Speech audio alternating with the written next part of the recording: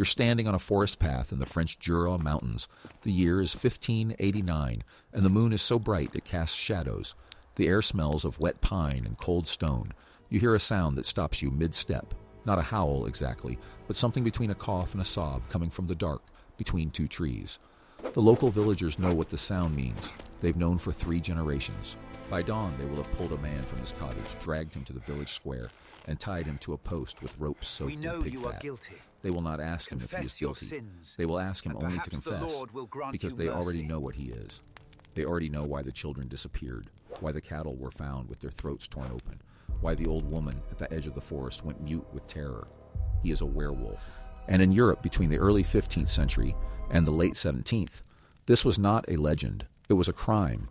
The courts treated it as seriously as murder, heresy, or treason. Thousands of people were tried for lycanthropy. Hundreds were executed. But here's the question that has haunted historians for 200 years. Why would an entire civilization, across dozens of cultures and languages, systematically torture and burn people for being something that did not exist? The standard answer is comfortable. It tells you that medieval people were superstitious, that they confused mental illness with demonic possession, that they believed in monsters because they lacked the scientific method.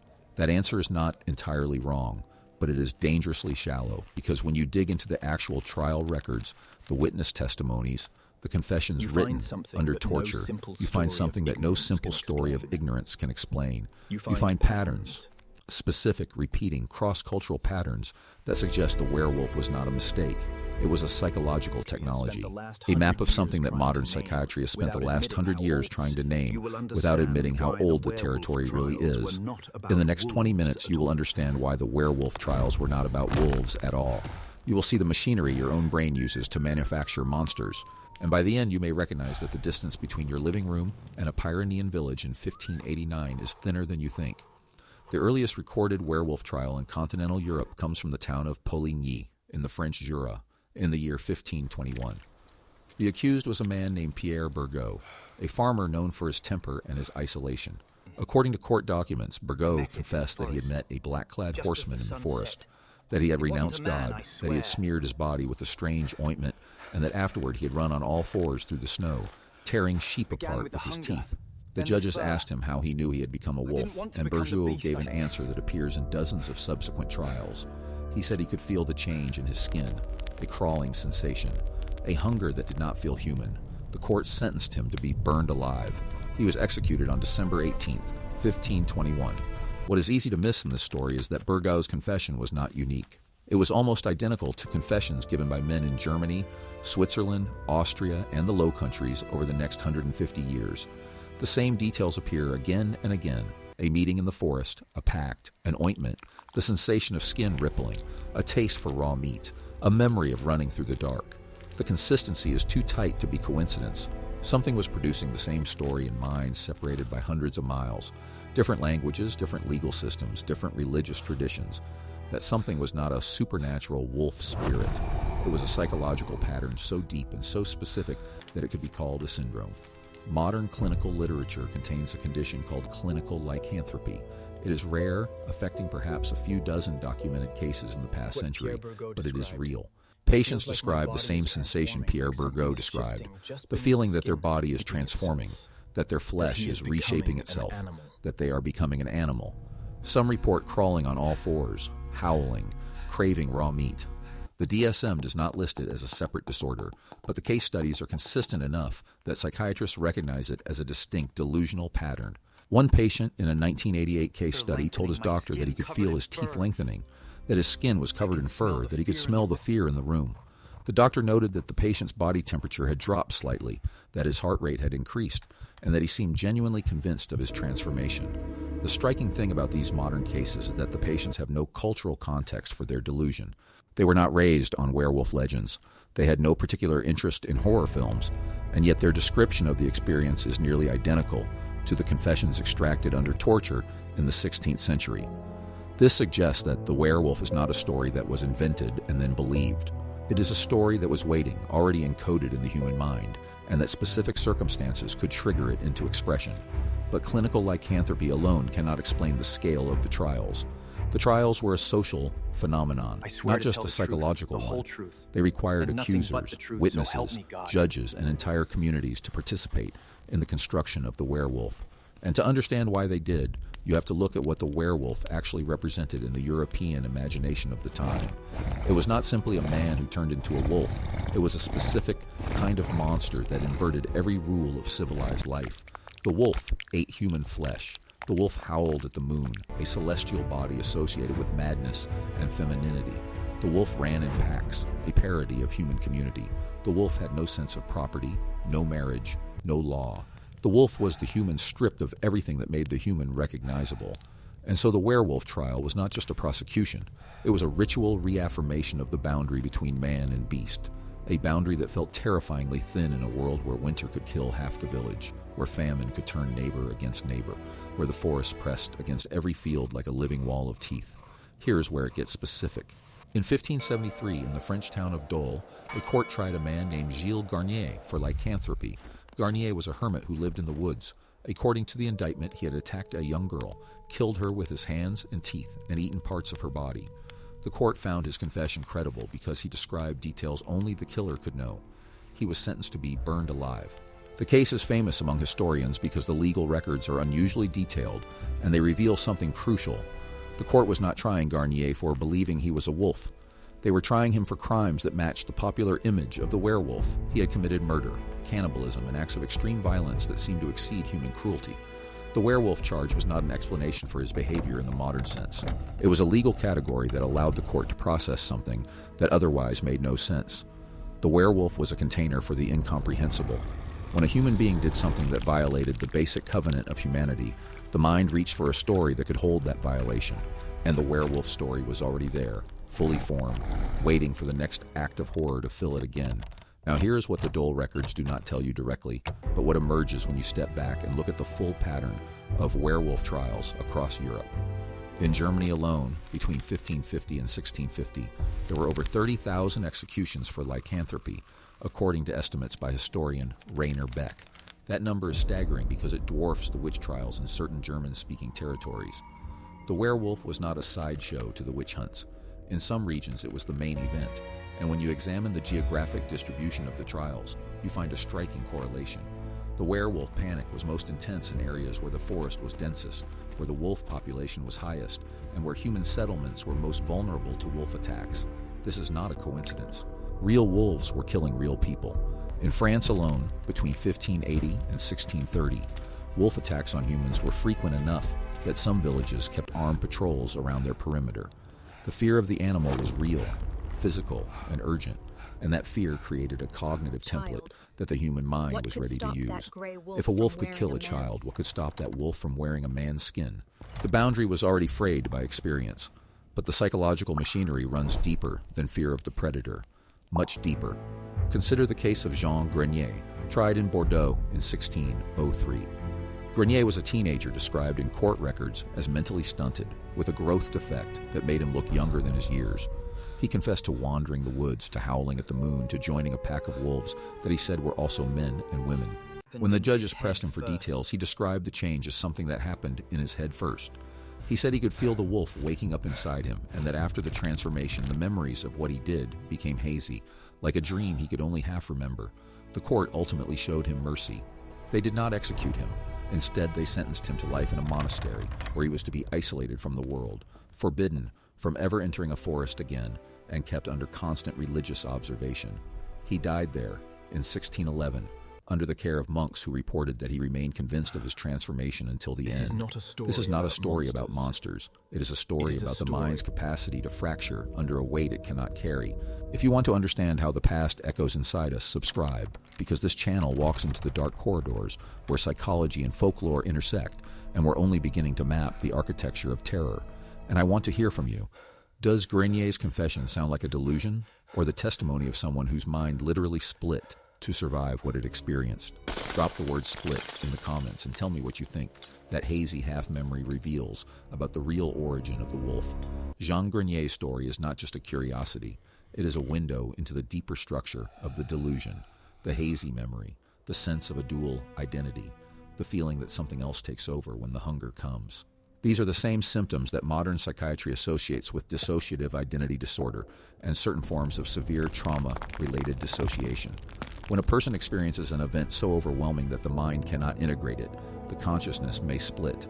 One part remembers, another part does not. And between them, there is a wall. The werewolf confession, in this reading, becomes a mythologized description of a dissociative episode. The hunger is real. The violence is real. But the wolf is a metaphor that the pre-modern mind had available, a vessel into which the unspeakable could be poured and contained. You can see this pattern most clearly in the case of Peter Stump, the most famous werewolf in European legal history. Stump was tried in 1689 in the town of Bedburg, in what is now Western Germany. The charges against him were among the most detailed ever recorded. He was accused of murdering and eating 14 children, 2 pregnant women, and an unknown number of livestock. The court records describe his confession in graphic detail.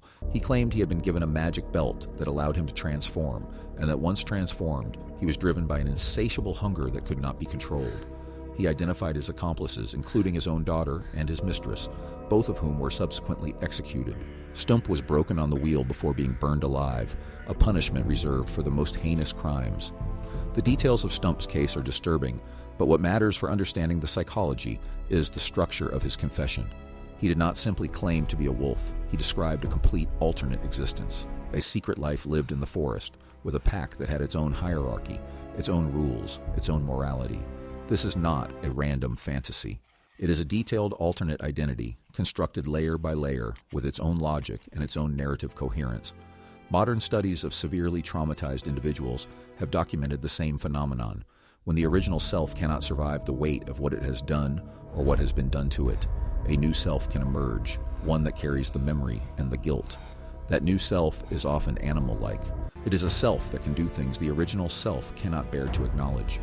Here is where the evidence from the trials meets the evidence from the clinic. In a 1993 case study published in the Canadian Journal of Psychiatry, a 32-year-old man was admitted to a psychiatric hospital after attacking his neighbor. He claimed he was a wolf. He described the transformation in terms that could have been lifted from a 16th century trial transcript. The crawling sensation under the skin, the need to run on all fours, the taste for raw meat that had grown stronger over months. But the crucial detail came from his medical history. He had been severely abused as a child. He had been isolated, beaten, and locked in a dark room for extended periods. His only comfort had been an animal, a stray dog that he fed and that slept beside him. The wolf delusion, the clinicians concluded, was not a random break from reality. It was a survival structure. It was the shape his mind had to take in order to endure what could not be endured as a human being. Now apply that same lens to the trials of the 16th and 17th centuries. What kind of lives did the accused werewolves actually live? The records are incomplete, but the patterns are visible. Pierre Burgot was a farmer known for his temper, but also known for his isolation. Gilles Garnier was a hermit who lived alone in the forest. Jean Grenier was a disabled teenager who was neglected and marginalized by his community. Peter Stump was described by neighbors as strange, withdrawn, and prone to violent outbursts. In every case, the accused was already an outsider, someone who lived at the edge of the village, at the edge of society, at the edge of what was considered normal human behavior. The werewolf accusation was not random. It was a social process that identified the most vulnerable, the most isolated, the most damaged individuals in the community, and pulled them into a narrative that explained their alienation. But this is where the inversion happens. The comfortable modern view is that the werewolf trials were a case of mass delusion, a collective madness that seized ignorant people and caused them to persecute the innocent. That view is not entirely false, but it misses the deeper truth. The werewolf trials were not just about innocent people being falsely accused. They were about something real. Not real in the sense of supernatural transformation, but real in the sense of a genuine psychological and social dysfunction that needed to be recognized and named. The werewolf was a diagnosis. It was the pre-modern equivalent of antisocial personality disorder, of dissociative identity disorder, of the psychopathology that produces serial violence. The medieval mind did not have the vocabulary to describe a man who killed without remorse, who felt no attachment to others, who lived outside the moral order, but it had the werewolf, and the werewolf worked as a diagnostic category because it captured something true about the nature of that dysfunction, the sense of a hidden self, a predatory hunger, a loss of human connection so complete that it felt like a change in species. You can test this idea by examining what happened to the werewolf trials when the conditions that produced them changed. By the late 17th century, the trials had largely ceased. The last major execution for lycanthropy in continental Europe was in the 1690s. What ended the panic was not simply the Enlightenment, not a sudden rise in rationality. It was a combination of ecological and social shifts. Wolves themselves were driven to extinction in much of Western Europe through systematic hunting and deforestation. The forest receded, the real predator disappeared, and with it went the primary trigger for the fear. At the same time, the legal system was centralizing. Local courts, which had been the engine of the trials, lost their autonomy to national authorities that were less susceptible to local panics. And the church, which had once provided theological support for the reality of lycanthropy, began to distance itself from the belief. By 1730, a French court could acquit a man accused of lycanthropy on the grounds that such a thing was impossible. The werewolf had become a superstition, and in becoming a superstition, it lost its power to organize collective fear. But the psychological machinery did not disappear. It simply found new containers. The serial killer replaced the werewolf in the modern imagination, the same pattern of dissociation, the same sense of a hidden predator wearing a human face, the same fascination with the border between man and beast, all migrated into the true crime genre. The werewolf trial was not the last time a community would use a monster to process incomprehensible violence. It was just the first time the machinery was visible, recorded in court documents and preserved for later eyes to read. When you look at a modern serial killer trial, you are looking at the same structure, stripped of its folkloric costume. The media calls the killer a monster. The public demands to know how someone could do such things. The defense offers a psychological explanation, often involving trauma, dissociation, or a disordered sense of self. The prosecution insists that the killer knew what he was doing and is fully responsible. The trial becomes a ritual, like the werewolf trial before it, that attempts to restore the boundary between human and inhuman by naming the threat and destroying it, at least symbolically. The werewolf trial did not vanish. It was rebranded. Its machinery runs in every courtroom where a killer is called inhuman, in every headline that marks a boundary between us and them. If you want to keep seeing through the costumes culture wears, subscribe, because what lies underneath your own need to name the monster is what we will track next. And in the comments, write the single word, boundary, the one you just saw erected between you and the accused, and ask yourself whether it holds. This is where the mirror turns toward you. The need to name the monster is not a relic of the past. It is active in your mind right now every time you read a news story about a violent crime, every time you ask yourself how a person could do something unspeakable. Your brain wants to classify that person as fundamentally different from you. It wants to push the act across a boundary into a territory marked not human. And when the evidence says that the killer was ordinary, that he was a neighbor, a father, a person who seemed normal, your brain feels a kind of cognitive dissonance. It needs to resolve that dissonance, and the way it resolves it is by creating a monster, not a literal wolf man, but a metaphorical one, a thing that wears human skin but is not human inside. The same process that produced the werewolf in 1521 is producing the same effect in your neural pathways at this moment. Consider this. In 1987, a team of psychologists led by David Buss published a study that surveyed over 10,000 participants across 37 cultures. The study found that the most consistent human fear across every culture tested was not of natural disasters or disease. It was of other humans.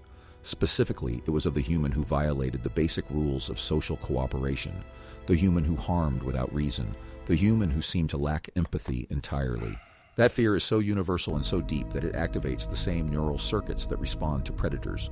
Your brain treats a psychopath the way it treats a wolf. It is not a metaphor. It is a biological recognition that something that looks human may not be bound by the same constraints that keep you safe. And this is the unsettling truth that the werewolf trials reveal about you. The boundary between human and monster is not something you discover in the world. It is something you actively construct in your mind moment by moment, using a template that has been in your species for tens of thousands of years.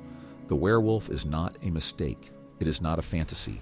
It is a map of the human capacity for evil drawn in the only language the pre-modern mind had available, and your mind even now carries the same map. When you encounter a story of extreme violence, your brain will reach for the edge, for the boundary, for the shape of the thing that does not belong. It will manufacture a monster, and in that moment you are repeating the same neural gesture that produced the werewolf trials, the same need to separate the human from the inhuman, the same fear that what lies beyond the boundary might not stay there. The werewolf trials are not a closed chapter of history. They are a living archive of how your mind works when confronted with the unbearable. The trial records, the confessions, the executions, they are all evidence of a species trying to understand its own darkest potential, using the tools it had. Those tools were crude. They were cruel. They were often wrong. But the underlying problem they now addressed has not changed. You still live with the same boundary, the same fear, the same need to name what you cannot contain. The next time you feel that flicker of recognition when you read about a crime that seems beyond comprehension, pause. Do not reach immediately for the word monster. Ask instead what the word is protecting you from. The answer is not comfortable. The werewolf was never the wolf. The monster was never the other. The creature at the edge of the forest, the one your ancestors burned at the stake, the one your modern media profiles with the same ritual horror, it was always a mirror. And what it reflects is not fur and fangs. It is the human capacity to become something that no longer recognizes itself. That recognition does not require a court in the Jura Mountains or a confession extracted under torture. It requires only one thing: the courage to look at the boundary and admit that the boundary is inside you.